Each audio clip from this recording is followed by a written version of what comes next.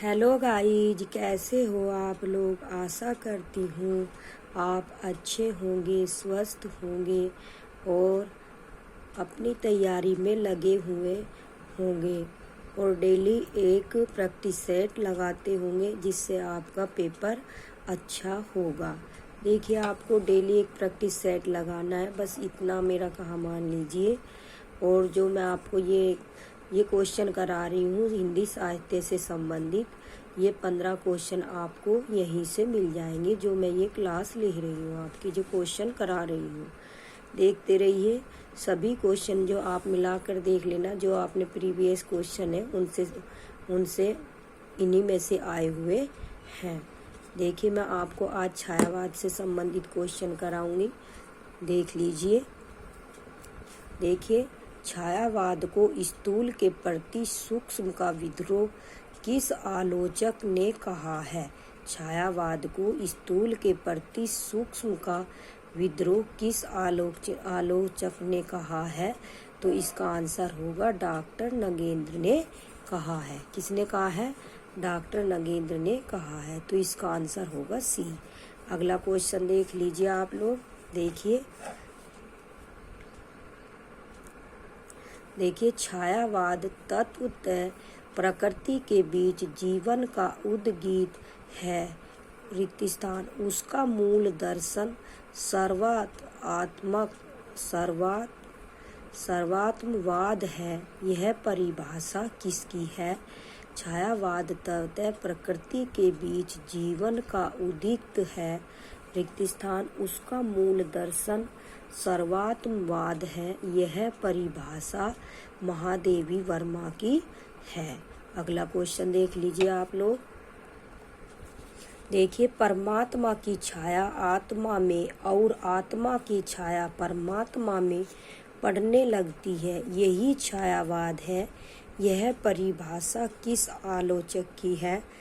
परमात्मा की छाया आत्मा में और आत्मा की छाया परमात्मा में पड़ने लगती है, यही छायावाद है। यह परिभाषा राम कुमार वर्मा की है। अगला क्वेश्चन देख लीजिए आप लोग। देखिए, जब वेदना के आधार पर स्वानुभूतिमयी अभिव्यक्ति होने लगी, तब हिंदी में उसे छायावाद के नाम से अभिहित किया गया है। यह कथन किस व्यक्ति का है? तो यह कथन जयशंकर प्रसाद जी का है। जयशंकर प्रसाद जी ने जब वेदना के आधार पर सहानुभूतिमयी अभिव्यक्ति होने लगी, तब हिंदी में उसे छायावाद के नाम से अभिहित किया गया है। यह कथन जयशंकर प्रसाद जी का है। अगला क्वेश्चन देख लीजिए आप लोग। देखिए, छायावाद शब्द का प्रयोग दो अर्थों में समझना चाहिए।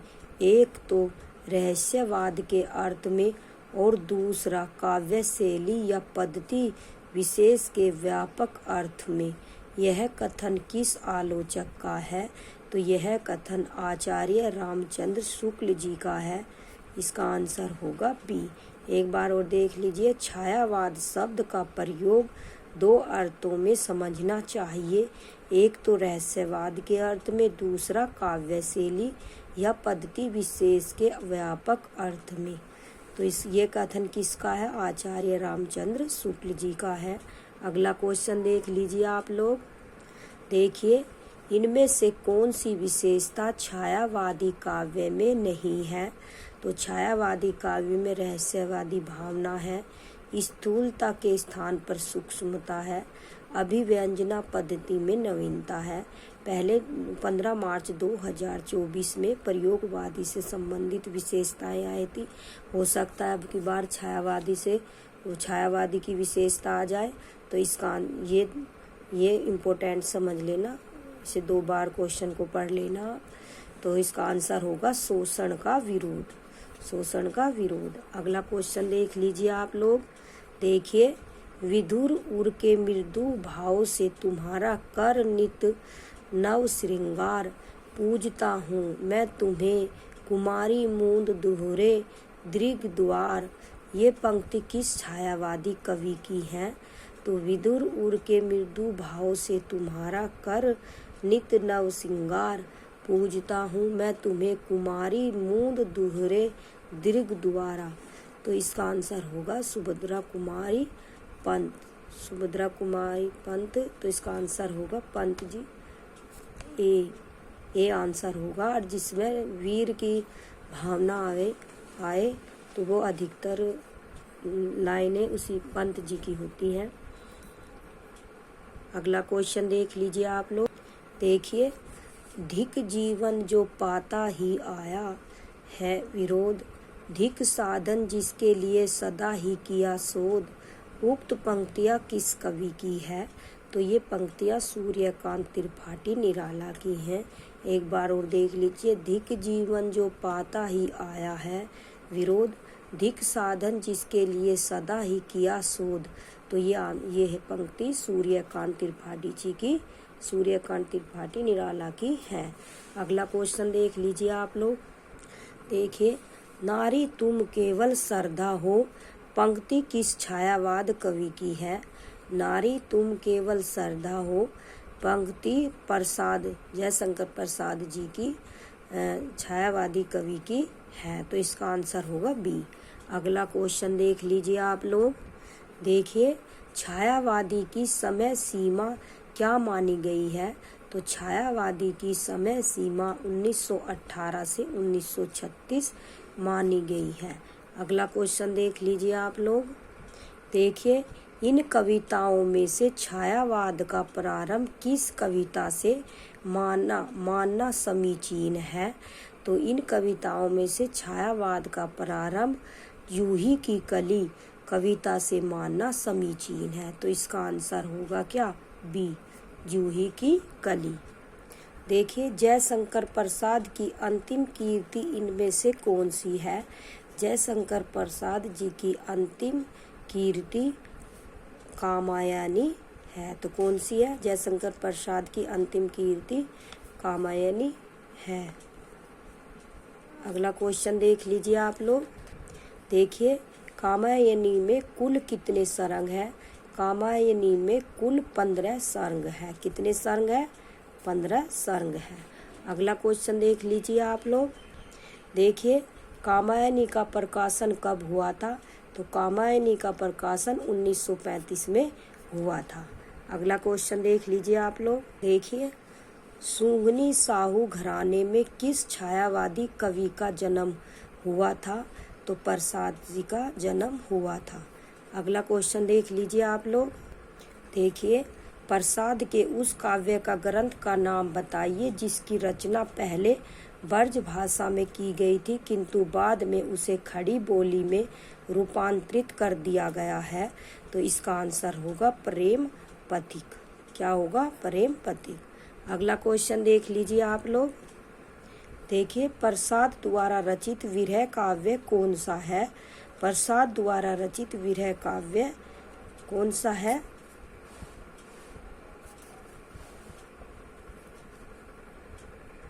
तो देखिए, इसका आंसर होगा आंसू है। प्रसाद द्वारा रचित विरह काव्य आंसू है। अगला क्वेश्चन देख लीजिए आप लोग। देखिए, कामायनी में किस दर्शन की अभिव्यक्ति हुई है? तो कामायनी में देखिए, कामायनी में किस दर्शन की अभिव्यक्ति हुई है? कामायनी में शैव दर्शन की अभिव्यक्ति हुई है। अगला क्वेश्चन देख लीजिए आप लोग। देखिए, कामायनी के पात्र ईडा का प्रतीक अर्थ क्या है? तो उसका प्रतीक अर्थ बुद्धि है। अगला क्वेश्चन देख लीजिए आप लोग। देखिए, ले चल मुझे भूलावा देकर मेरे नाविक धीरे धीरे, इस पंक्ति के आधार पर प्रसाद पर क्या आरोप लगा था? तो इस आधार पर प्रसाद पर पलायनवादी होने का आरोप लगा था। अगला क्वेश्चन देख लीजिए आप लोग। देखिए, अंबर पनघट में डूबो रही तारा घट उषा नागरी, यह पंक्ति किस कवि की है? यह पंक्ति प्रसाद जी की है। अगला क्वेश्चन देख लीजिए आप लोग। देखिए, सरोज स्मृति नामक रचना किस कवि की है? तो सरोज स्मृति नामक कविता निराला जी की है। अगला क्वेश्चन देख लीजिए आप लोग। देखिए, निराला की जूही की कली कविता को किस पत्रिका ने अस्वीकृत कर दिया था?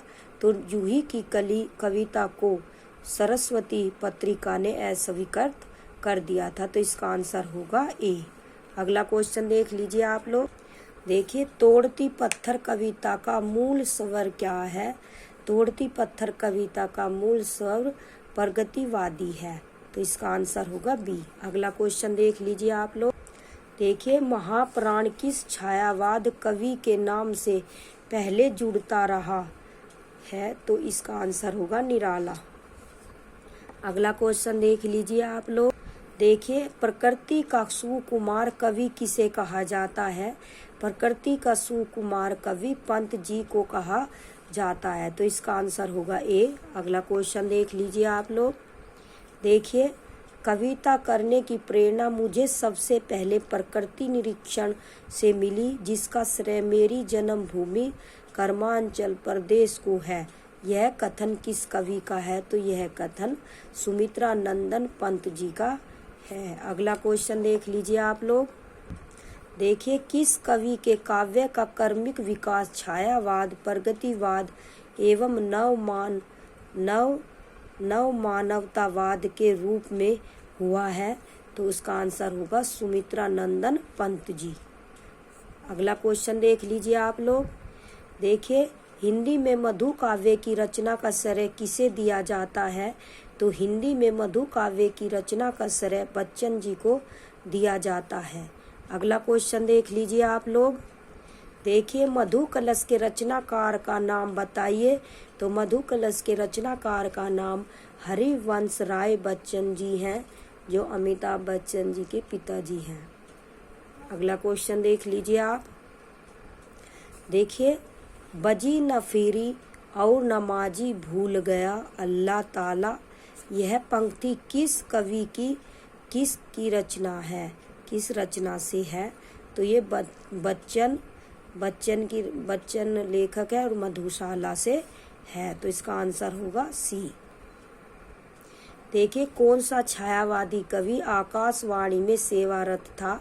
तो पंत जी छायावादी कवि आकाशवाणी में सेवारत था। अगला क्वेश्चन देख लीजिए आप लोग। देखिए, इनमें से कौन सी रचना पर ज्ञानपीठ पुरस्कार प्राप्त हुआ है? तो इनमें से चिदम्बरा से ज्ञानपीठ पुरस्कार प्राप्त हुआ है। अगला क्वेश्चन देख लीजिए आप लोग। देखिए, धिक जीवन जो पाता ही आया है, विरोध में किसके जीवन का सत्य अभिव्यक्त हुआ है? धिक जीवन जो पाता ही आया है, निराला के जीवन का सत्य अभिव्यक्त हुआ है। तो इसका आंसर होगा ए। अगला क्वेश्चन देख लीजिए आप लोग। देखिए, सरोज स्मृति में सरोज कौन है? तो सरोज स्मृति में सरोज निराला की पुत्री है। कौन है? निराला जी की पुत्री है। अगला क्वेश्चन देख लीजिए आप लोग। देखिए, हम दीवानों की क्या हस्ती है, आज यहाँ कल वहाँ चले, यह पंक्ति किस कवि की है? हम दीवानों की क्या हस्ती है, आज यहाँ कल वहाँ चले। तो ये पंक्ति भगवती चरण वर्मा की है। अगला क्वेश्चन देख लीजिए आप लोग। देखिए, कवि कुछ ऐसी तान सुनाओ जिससे उथल पुथल मच जाए। कवि कुछ ऐसी तान सुनाओ जिससे उथल पुथल मच जाए। यह पंक्ति किस कवि की है? तो यह पंक्ति बालकृष्ण शर्मा नवीन की है। ठीक है। अगला क्वेश्चन देख लीजिए आप लोग। कुक्कुरमुत्ता कविता किस कवि ने लिखा है? कुक्कुरमुत्ता कविता किस कवि ने लिखी है? तो निराला जी ने लिखी है। अगला क्वेश्चन देख लीजिए आप लोग। देखिए, अबे सुन बे गुलाब, अबे सुन बे गुलाब, गुलाब किसका प्रतीक है? तो गुलाब पूंजीपति का प्रतीक है। अगला क्वेश्चन देख लीजिए आप लोग। देखिए, दिनकर की किस रचना पर ज्ञानपीठ पुरस्कार प्राप्त हुआ है? तो दिनकर की उर्वशी रचना पर ज्ञानपीठ पुरस्कार प्राप्त हुआ है। तो इसका आंसर होगा डी। अगला क्वेश्चन देख लीजिए आप लोग। देखिए, श्वानों को मिलता दूध वस्त्र भूखे बालक अकुलाते हैं को मूल भावना की दृष्टि से किस प्रकार की कविता माना जाएगा? तो यह प्रगतिवाद की कविता माना जाएगा। अगला क्वेश्चन देख लीजिए आप लोग। देखिए, आधुनिक मीरा के नाम से किसे जाना जाता है? तो आधुनिक मीरा के नाम से महादेवी वर्मा जी को जाना जाता है। अगला क्वेश्चन देख लीजिए आप लोग। देखिए, प्रवासी के गीत नामक काव्य संकलन किस कविता का है? तो ये नरेंद्र शर्मा जी का है। प्रवासी के गीत नामक काव्य संकलन नरेंद्र शर्मा जी का है, तो इसका आंसर होगा बी। अगला क्वेश्चन देख लीजिए आप लोग। देखिए, मधुशाला एवं मधुबाला काव्य संकलनों की रचना किसने की थी? तो मधुशाला मधुबाला काव्य संकलनों की रचना हरिवंश राय बच्चन ने की थी। अगला क्वेश्चन देख लीजिए आप लोग। मतवाला और समन्वय नामक पत्रों का संपादन किस छायावादी कवि ने किया है? तो मतवाला और समन्वय नामक पत्रों का संपादन निराला जी ने किया है। अगला क्वेश्चन देख लीजिए आप लोग। देखिए, प्रसाद की प्रथम छायावादी कीर्ति कौन सी है? प्रसाद की प्रथम छायावादी कीर्ति झरना है। अगला क्वेश्चन देख लीजिए आप लोग।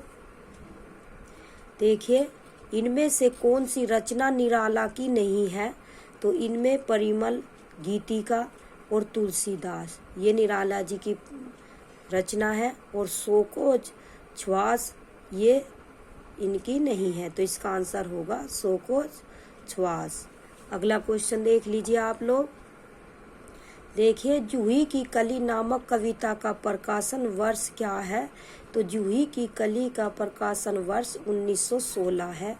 अगला क्वेश्चन देख लीजिए आप लोग। देखिए, जूही की कली कविता को सरस्वती संपादक महावीर प्रसाद द्विवेदी ने क्या आरोप लगाकर प्रकाशित करने से इनकार कर दिया था? तो इसमें अश्लीलता है, इसलिए मना कर दिया था। इसमें प्रकृति पर मानवीय चेतना का आरोप है, नहीं। इसमें लाक्षणिक पदावली है, यह छंद पद नहीं है। अगला क्वेश्चन देख लीजिए आप लोग। देखिए, पंत की किस काव्य कीर्ति को छायावाद का मैनिफेस्टो कहा गया है? तो इसका आंसर होगा पल्लव। अगला क्वेश्चन देख लीजिए आप लोग। देखिए, पंत जी की किस काव्य कीर्ति में भाषा, अलंकार, छंद, शब्द चयन के संबंध में एक लंबी भूमिका है? तो इसका आंसर होगा पल्लव। अगला क्वेश्चन देख लीजिए आप लोग। देखिए, परिवर्तन कविता का मूल स्वर क्या है? क्षणवाद, प्रकृति चित्रण, जीवन की नश्वरता, सब कुछ परिवर्तनशील। तो इसका आंसर होगा डी, सब कुछ परिवर्तनशील। अगला क्वेश्चन देख लीजिए आप लोग। देखिए, हिंदी का कौन सा छायावादी कवि अरविंद दर्शन से प्रभावित होकर काव्य रचना करने लगा था? तो अरविंद दर्शन से प्रभावित होकर काव्य रचना पंत जी करने लगे थे। अगला क्वेश्चन देख लीजिए आप लोग। देखिए, स्वर्ण काव्य की रचना हिंदी के किस कवि ने की है? स्वर्ण काव्य की रचना सुमित्रा नंदन पंत जी ने की है। अगला क्वेश्चन देख लीजिए आप लोग। देखिए, इनमें से कौन सी कीर्ति में महादेवी वर्मा की संपूर्ण कविताएं संकलित हैं? ये इम्पोर्टेंट है, देख 2 बार पढ़ के जाना इसे। तो इसका आंसर होगा यामा। अगला क्वेश्चन देख लीजिए आप लोग। देखिए, गीता गुंज नामक काव्य संकलन किस कवि की रचना है? तो गीता गुंज नामक काव्य संकलन निराला जी की रचना है। तो अगला क्वेश्चन देख लीजिए आप लोग। देखिए, इनमें से ओज और ओदात्य का कवि किसे माना जाता है? तो इनमें निराला जी को ओज और ओदात्य का कवि माना गया है। तो इसका आंसर होगा निराला जी। अगला क्वेश्चन देख लीजिए आप लोग। देखिए, इनमें से प्रसाद की कौन सी रचना गीत काव्य के अंतर्गत आती है? तो इसका आंसर होगा लहर, गीत काव्य के अंतर्गत आती है। अगला क्वेश्चन देख लीजिए आप लोग। देखिए, आंसू का कौन सा संस्करण रहस्यवादी भावनाओं से युक्त कर दिया गया है? तो इसका आंसर होगा द्वितीय संस्करण। क्या होगा? द्वितीय संस्करण। आचार्य रामचंद्र शुक्ल ने छायावाद का जनक किसे कहा है? तो आचार्य रामचंद्र शुक्ल ने छायावाद का जनक मुकुटधर पांडे को कहा है। किसे कहा है? मुकुटधर पांडे को कहा है। अगला क्वेश्चन देख लीजिए आप लोग, ये वेरी इंपॉर्टेंट है। अधिकतर ये आचार्य रामचंद्र शुक्ल से संबंधित क्वेश्चन पूछ लिए जाते हैं। आचार्य रामचंद्र शुक्ल ने छायावाद का जनक किसे कहा है? तो आचार्य रामचंद्र शुक्ल ने छायावाद का जनक मुकुटधर पांडे को कहा है। अगला क्वेश्चन देख लीजिए आप लोग। देखिए, पंत की रचना रजत शिखर किस वर्ग में आएगी? तो पंत की रचना रजत शिखर काव्य नाटक में आएगी। किस में आएगी? काव्य नाटक में। अगला क्वेश्चन देख लीजिए आप लोग। देखिए, प्रेम और मस्ती की कविता लिखने वाले कवि इनमें से कौन है? तो प्रेम और मस्ती की कविता लिखने वाले कवि हरिवंश राय बच्चन जी हैं। अगला क्वेश्चन देख लीजिए आप लोग। दिनकर को किस वर्ग में रखा जाएगा? तो दिनकर को राष्ट्रीय सांस्कृतिक धारा के कवि के रूप में रखा जाएगा। अगला क्वेश्चन देख लीजिए आप लोग। देखिए, वेदनाथ मिश्र किस कवि का वास्तविक नाम है? तो वेदनाथ मिश्र नागार्जुन कवि का वास्तविक नाम है। अगला क्वेश्चन देख लीजिए आप लोग। देखिए, प्रेत का बयान नामक कविता का रचयिता कौन है? प्रेत का बयान नामक कविता का रचयिता नागार्जुन जी हैं। अब देखिए, मैं आपको छायावाद से संबंधित कुछ बिंदु बताती हूँ जो वेरी वेरी इम्पोर्टेंट होंगे। महत्वपूर्ण बिंदु देख लीजिए आप लोग। देख लीजिए महत्वपूर्ण बिंदु। छायावादी काव्य की समय सीमा 1920 से 1936 ईस्वी माना गया है। छायावाद का जन्म द्विवेदी युगीन स्थूलता एवं इतिवृत्तात्मकता के विरोध में हुआ है। डॉक्टर नगेंद्र के अनुसार छायावाद स्थूल के प्रति सूक्ष्म का विद्रोह है। छायावाद कवि चतुष्टय के अंतर्गत प्रसाद, पंत, निराला एवं महादेवी वर्मा है। तो प्रसाद, पंत, निराला और महादेवी वर्मा है। ये आ सकता है क्वेश्चन। छायावादी कवि चतुष्टय के अंतर्गत प्रसाद, पंत, निराला, महादेवी वर्मा है। छायावाद युग का गौरव ग्रंथ कामायनी है, जो जयशंकर प्रसाद द्वारा रचित महाकाव्य है। कामायनी का प्रकाशन 1935 में हुआ। कामायनी में 15 सर्ग है। कामायनी कथा प्रधान महाकाव्य न होकर भाव प्रधान महाकाव्य है। देखिए, जयशंकर प्रसाद की काव्य कीर्तियों के नाम है कामायनी, आंसू, झरना, लहर। आंसू प्रसाद जी द्वारा रचित वियोग श्रृंगार का काव्य है। कामायनी के 3 प्रमुख पात्र हैं, मनु, श्रद्धा और ईडा, जो क्रम से मन, हृदय और बुद्धि के प्रतीक है। कामायनी का पहला सर्ग है चिंता, अंतिम सर्ग है आनंद। आचार्य रामचंद्र शुक्ल ने मुकुटधर पांडे को छायावाद का जनक माना है। छायावाद की एक प्रमुख प्रवृत्ति रहस्यवाद है। पंत प्रकृति के सुकुमार कवि कहे जाते हैं। पंत को कोमल कल्पना का कवि कहा जाता है। पंत काव्य का कर्मिक विकास 4 चरणों में हुआ है। छायावादी काव्य, प्रगतिवादी काव्य और अंत चेतनावादी काव्य और नव मानवतावादी काव्य। देखिए, पल्लव, गुंजन, वीणा, ग्रंथि पंत जी की छायावादी रचनाएं हैं। चिदंबरा पर पंत को ज्ञानपीठ पुरस्कार मिला। पल्लव का प्रकाशन 1928 ईस्वी में हुआ। इसे छायावाद का मैनिफेस्टो कहा जाता है, क्योंकि इसमें छायावाद एवं काव्य भाषा पर विस्तृत भूमिका है। पंत की मूल मौन निमंत्रण कविता में रहस्यवादी प्रवृत्ति है। पंत की परिवर्तन कविता पल्लव में संकलित है और उनकी श्रेष्ठतम कविताओं में से एक है। पंत की ताज नामक कविता का मूल स्वर प्रगतिवादी है। निराला के काव्य में प्रगतिवाद के तत्व भी पाए जाते हैं। निराला की राम की शक्ति पूजा की रचना 1936 में हुई है। निराला जी ओज एवं औदात्य के कवि हैं। निराला की कविता में उनके व्यक्तिगत जीवन का सत्य उद्घाटित हुआ है। निराला की प्रमुख कीर्तियां हैं अनामिका, परिमल, अपरा, गीतिका, तुलसीदास, सरोज। ये पेपर में आया हुआ क्वेश्चन है जो 2023 में हुआ था। गीतिका, तुलसीदास, सरोज स्मृति, गीत गुंज, सरोज स्मृति पुत्र के निधन पर निराला द्वारा लिखा गया शोक गीत है। महादेवी जी वेदना की कवित्री है। महादेवी जी को आधुनिक मीरा कहा जाता है। महादेवी के गीतों में करुणा वेदना की प्रधानता है। महादेवी को यामा पर ज्ञानपीठ पुरस्कार प्राप्त हुआ है। महादेवी जी की रचनाओं के नाम है निहार, नीरजा, सांध्या गीत, दीपशिखा, रश्मि। महादेवी का जीवन काल 1907 से 1987 है। देखिए, आचार्य रामचंद्र शुक्ल ने छायावाद का प्रारंभ 1918 ईस्वी से माना है, क्योंकि छायावाद के प्रमुख कवियों पंत प्रसाद निराला ने अपनी रचनाएं लगभग इसी वर्ष के आसपास लिखनी प्रारंभ की। 1918 में प्रसाद का झरना प्रकाशित हो चुका था तथा निराला की प्रसिद्ध कविता जूही की कली 1916 ईस्वी में प्रकाशित हुई थी। पंत के पल्लव की कुछ कविताएं भी 1918 में प्रकाशित हो चुकी थी।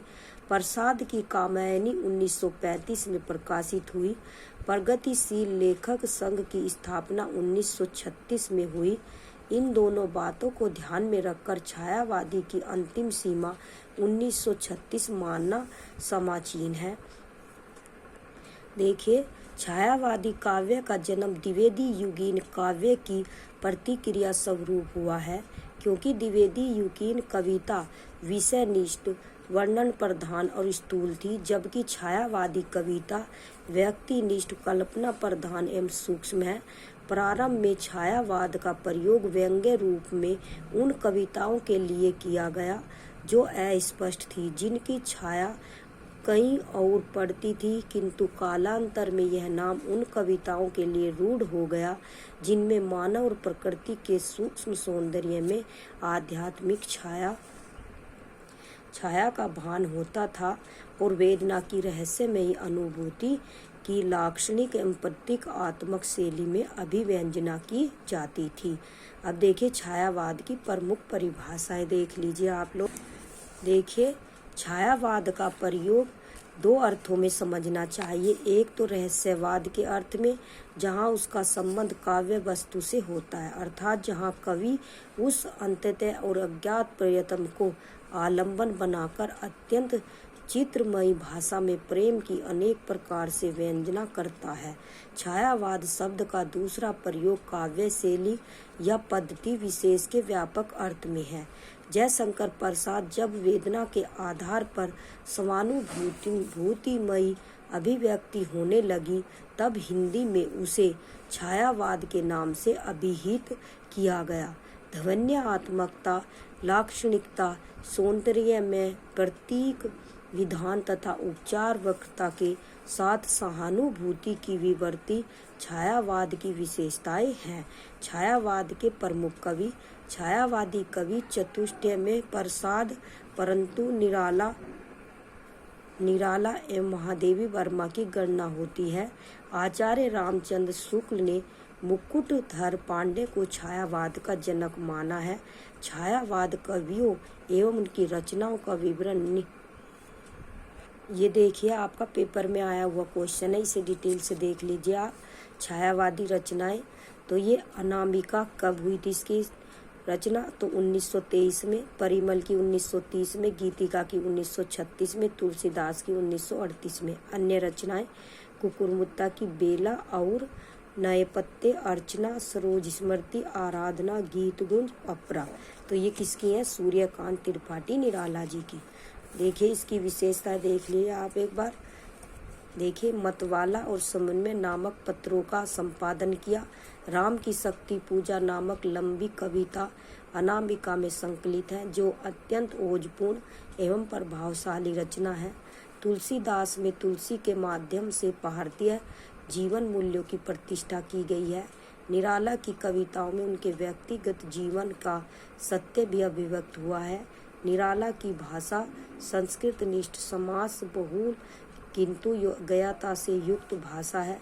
राम की शक्ति पूजा की रचना 1936 में हुई थी। जूही की कली का प्रकाशन 1916 में हुआ था, जिसमें प्रकृति पर मानवीय चेतना का आरोप किया गया था। निराला ओज एवं औदात्य के कवि हैं।